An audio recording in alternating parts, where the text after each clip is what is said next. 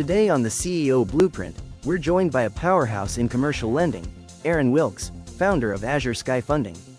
Based in the US, Azure Sky is a boutique brokerage firm that's helped over 750 businesses access capital through strategic, personalized loan solutions. With billions in funded deals and deep relationships across the lending landscape, Aaron and his team specialize in unlocking opportunities for small businesses and real estate ventures alike. If you're curious about how smart funding fuels growth, you're in the right place. Welcome Aaron Wilkes to the CEO Blueprint.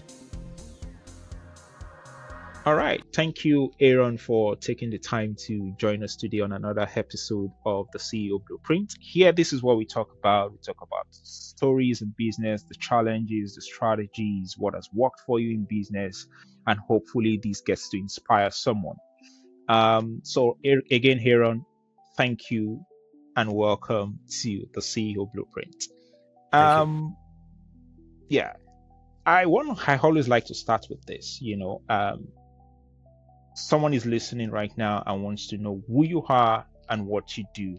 Can you help our audience to know what Absolutely. Aaron does? And yeah, thank you. For sure, yeah. So I do a number of things.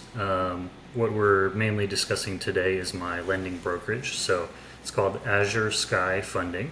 And what we do is we provide lending services to businesses and real estate. So real estate investors or folks looking for homes, we help them get funding secured. And so we have a large network of lenders that we work with. There's actually like over 8,000 lenders that I can look through. And so a very large network, and just find the best lenders for the deal and help get folks funded. So that is what I'm doing. Amazing.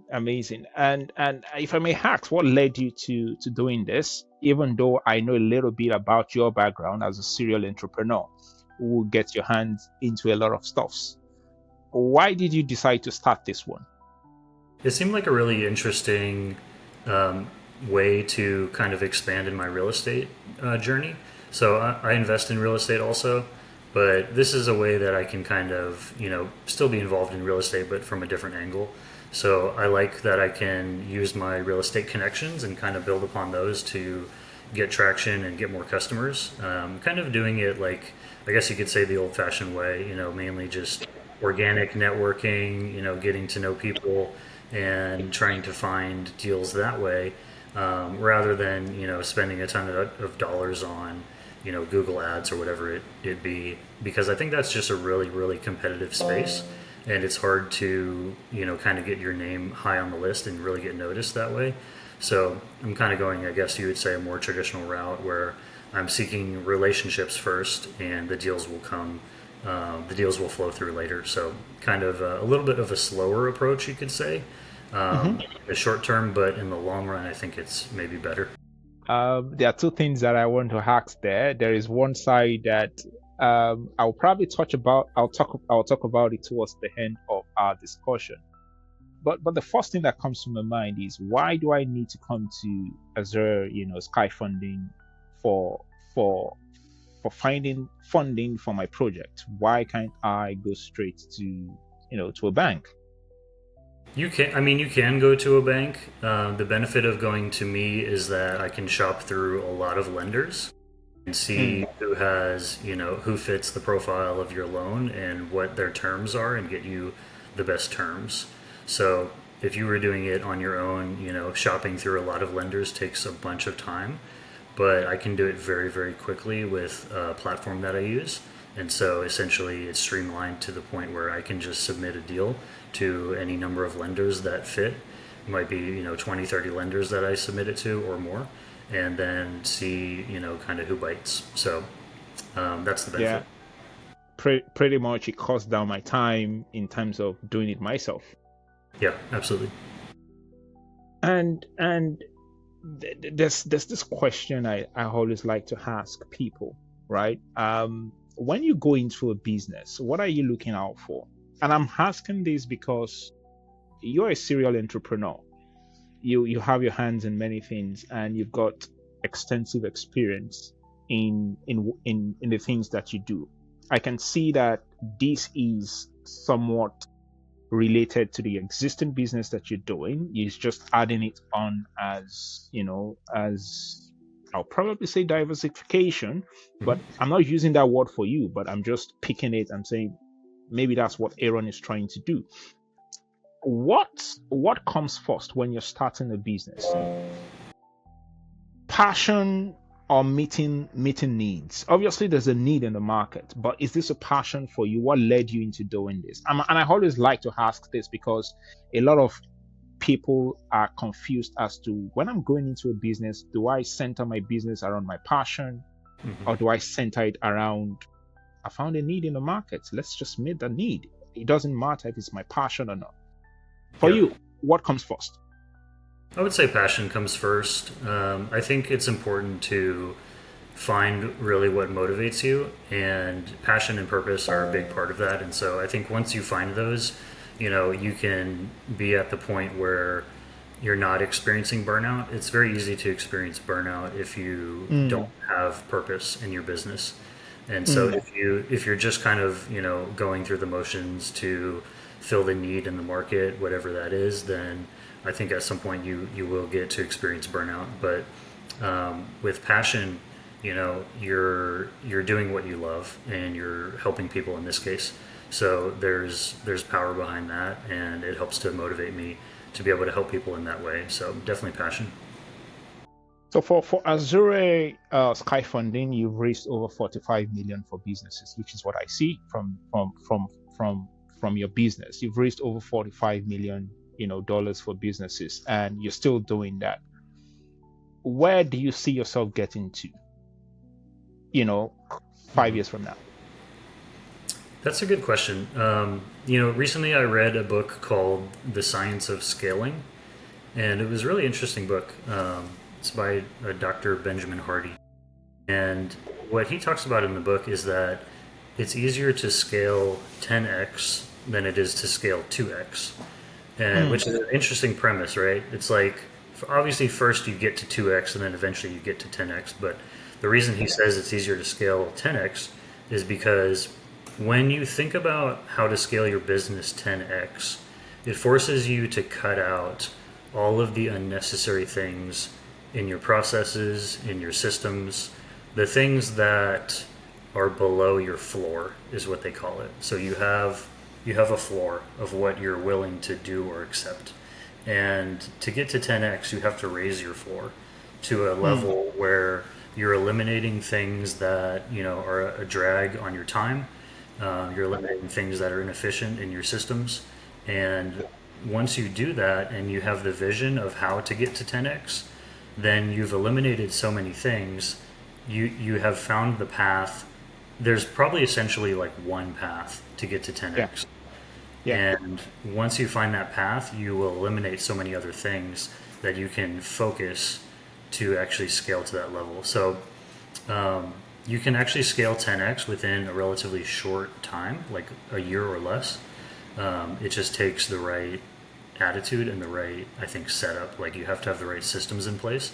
So for me, that was, engaging with a platform where I can shop through a ton of lenders. Because before I was doing it on my own, and I had a handful of lenders that I was using, but I actually built an app where I could put the deals through Amazing. and see which lenders would fit.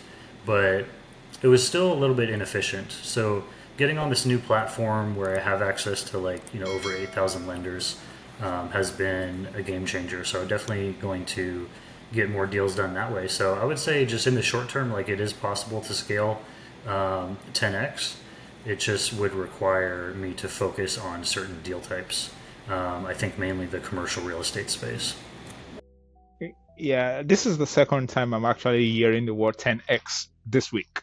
Okay. And there's there's probably a message in it for me myself as I'm listening to you, and that's why I've been smiling. So I'll talk about two examples, and I really want to pick your experience on this one. And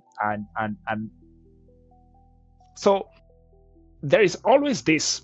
I've consulted for fintech companies, tech companies, and all of that. And I've seen, if you've noticed the industry over the last, I'll probably say 8-10 years, when there's a lot of capital flowing from private equity investors into the tech space, pumping these guys with a lot of money. Many of them eventually failed because they were trying to scale too fast. Yeah. But you've mentioned something, right? You must be able to put your processes in place, getting ready for scaling, so that scaling too soon doesn't lead to burnout and you eventually failing, right? And there was an example I saw from these guys that started, Fireflies, how they would manually join people's meetings, and they were pretty much doing the recording themselves, until they leveraged AI, for them to be able to scale. And then you've talked about something very important, which is, building an application, a mobile app, for you to be able to do that. So obviously there's a role for technology. You might not be a master in that space, but I want to touch on the role of AI. If you've studied AI, what do you think the role of AI in businesses for the next 10 years look like? Yeah, that's a great question. I think AI in business is definitely ramping up and has been for several years. I've actually experimented with it a little bit in this business, and the way I did that was I engaged with a platform that allows you to utilize, I think it was something like 300 AI agents in the background, and you can essentially use them to search for like certain job titles on LinkedIn, for example. So they'll find certain people. So in my case, it would be like, I'm looking for, partners in certain types of firms, or maybe somebody who has like an investor title. It's a little bit difficult sometimes just based on title to find people.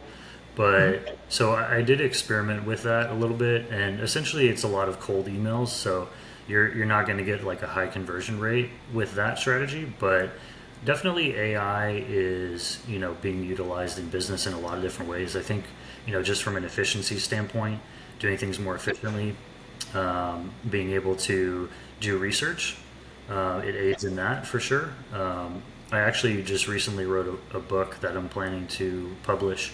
It's a very, very niche book. It's on virtual power plants and distributed energy resources. So it's kind of a new thing that not too many people know about, but I was using AI quite a bit for my research on the book. So yeah, definitely assist in that, like market research, understanding your customer. Yeah, there's many applications for AI, and I use it in my day job too, in energy trading. We use AI as well for certain strategies. So it definitely has its use case, and you can leverage it quite well. I know there are a lot of like programs out there that people are pushing, like different AI applications, like hey, use this for your business. It'll help you to do X, Y, Z. There's tons of ads that I see like everywhere on social media about that kind of thing. So yeah, definitely people are taking AI and trying to figure out how to monetize it. That's the trick, is how do you actually monetize it. So I think there's a steep learning curve there, but it's possible. Yeah, and thank you so much for that response. And I've heard you while you've been talking so far. I keep hearing you talking about your niche, talking about niche and niche and niche. How important is focusing on a particular niche when you're going into business? And the reason I'm asking this is because when people get excited with their business ideas, they just want to go all out. Every fish is the kind of fish I'm looking for. Yeah. How important is, and I see you in your business strategy, you mentioned commercial real estate. Those are the kind of people you're looking for. Why have you done that? How did you get to that level where you figured out this is the niche I want to focus on? And I'm saying this because there's an entrepreneur that's listening to this and is struggling to find a niche, struggling to know who are my right customers, what pond should I fish from, what sea do I fish for. Every fish I've seen fishermen, catch a fish and then they look at it, this is not a fish, they throw it back and then go again. How do you determine the niche when you're going into business? I think it's really important to do that because that was part of my strategy when I was reading the Science of Scaling book is I was thinking Mm, about the business and analyzing it and asking myself honestly, how can I scale this to 10x? Like what is the floor or what does it need to be raised to? And I just came to the conclusion that for me, commercial real estate would be a better fit because the dollar value of the deals are much higher. So it's more about quality than quantity. If I'm doing business loans, they tend to be a bit smaller. And so I may have to do 5, 10 business loans to equal one commercial real estate loan. So, like, I still do business loans, but commercial real estate is where I really want to focus because I can use my networking to, get into deals that are generally like much higher dollar value. So it is more about the quality than the quantity. But definitely the niche is important for your business because, I mean, you can, like, in general, you can take kind of the jack of all trades approach where you're doing a lot of different things, but then it's also master of none, right? So um, being like specific with what you're doing and really being a master of what you do and knowing your space, there's value in that. And so it's just kind of like what value do you bring, and if you're an expert in something, then you can command, I think, a higher value than if you're doing a bunch of things but not maybe doing them so well, right? mm, So yeah, mm, it's also about your level of expertise, and I've just kind of learned and found that diversifying is not a bad thing. It can be a good strategy, but you need to be careful with it to not, like, I guess, over diversify. Do it for the sake of diversification because that might not actually benefit you. But if you're focused, then you can learn your niche, go deep within that, and then add more yeah, value. yeah. Good stuff. Good stuff. And a different way I'm going to look at this also is, look, Aaron, I'm speaking on behalf of my audience who's listening right now and saying, look, I've got this idea. I see you as a man with many ideas. You've launched several businesses, and you're doing very well in your field. I've got ideas. I know who my target market is. How do I get them? What do I need to leverage on? You know, you've talked about earlier when we started that you're leveraging on your network, but this is someone who doesn't have a network, Hmm. but he's got an idea. He knows who his target customers are. Hmm. How do I get them? Yeah, that's a great question. What I mean, lesson have you learned that someone can benefit from? yeah, I mean, it can be difficult for sure to get the right people. I think knowing and understanding your customer is kind of step one, right? You have to know who it is that you're looking for. But then there's ways to find them. I mean, like I said before, like you can use AI to, there's different apps and programs that you can use to kind of search and find the right people, especially if it's like, let's say you're looking for a specific job title, then that's really beneficial because a lot of these AI apps are based on like people's titles. So they can Hmm. search through a database of LinkedIn or whatever it is and help you to find those customers.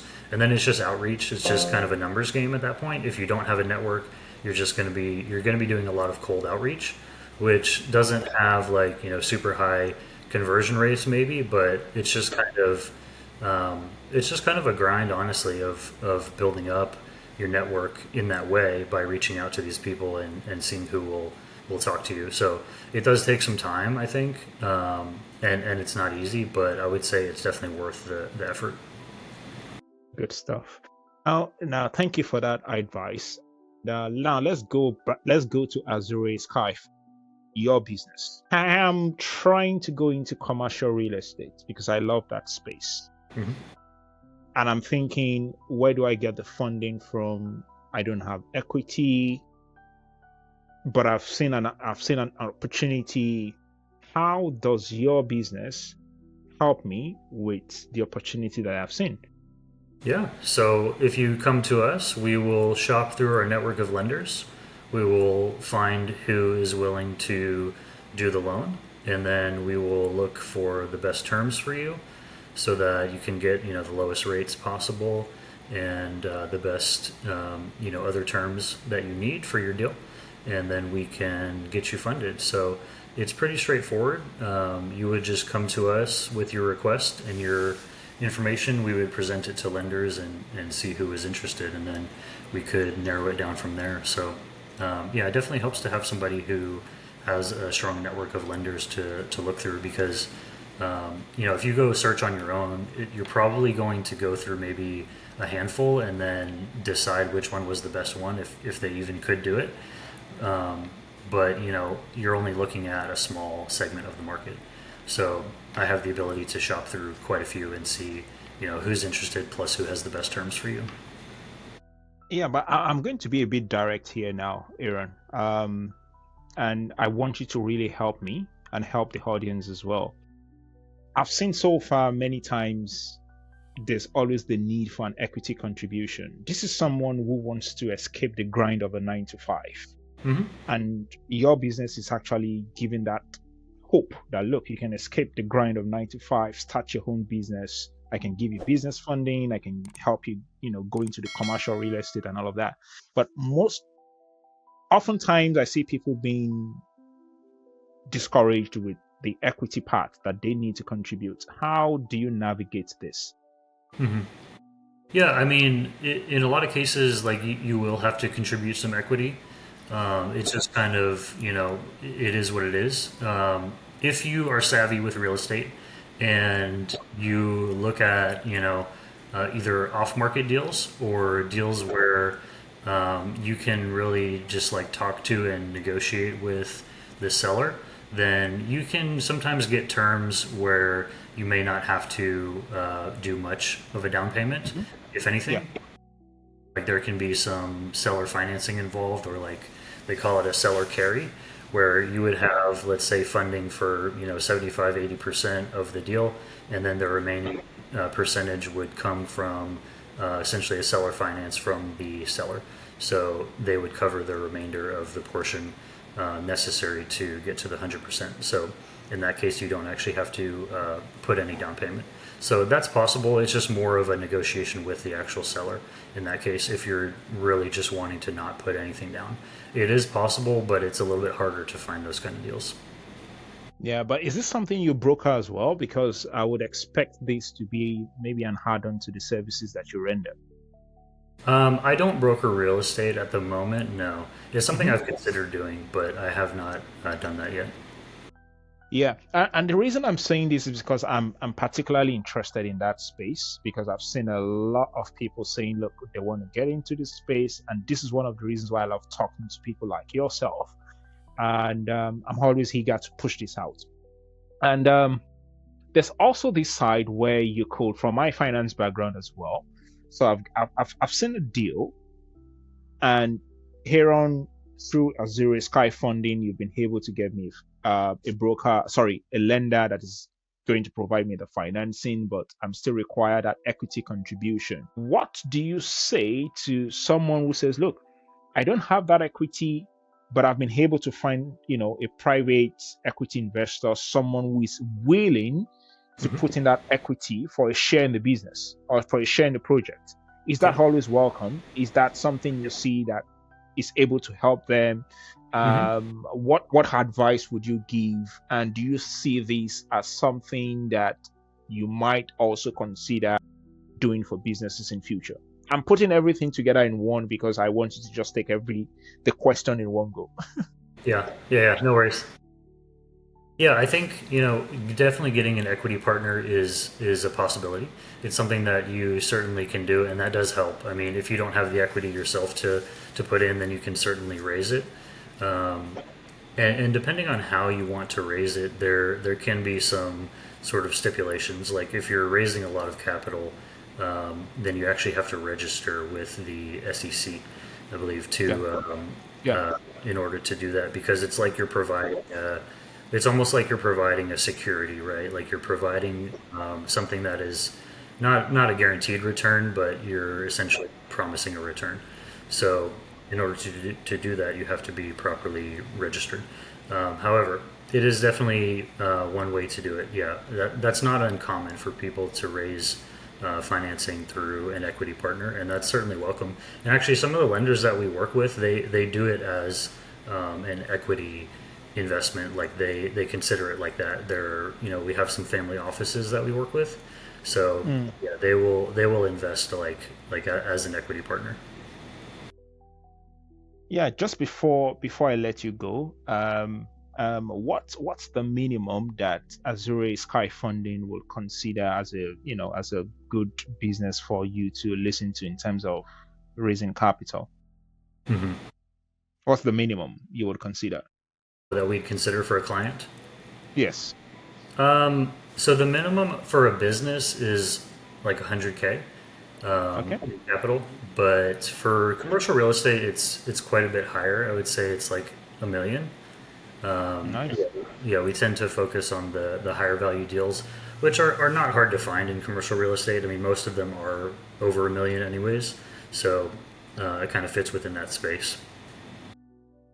All right. Thank you so much, Aaron. And finally, I always know that business owners face challenges, and over the years you've learned through this, and it's always good not to just talk about the good side of the business, what your business does, and all of that. I know at some point in your life, running businesses, you've run into problems, you've run into challenges, and all of that.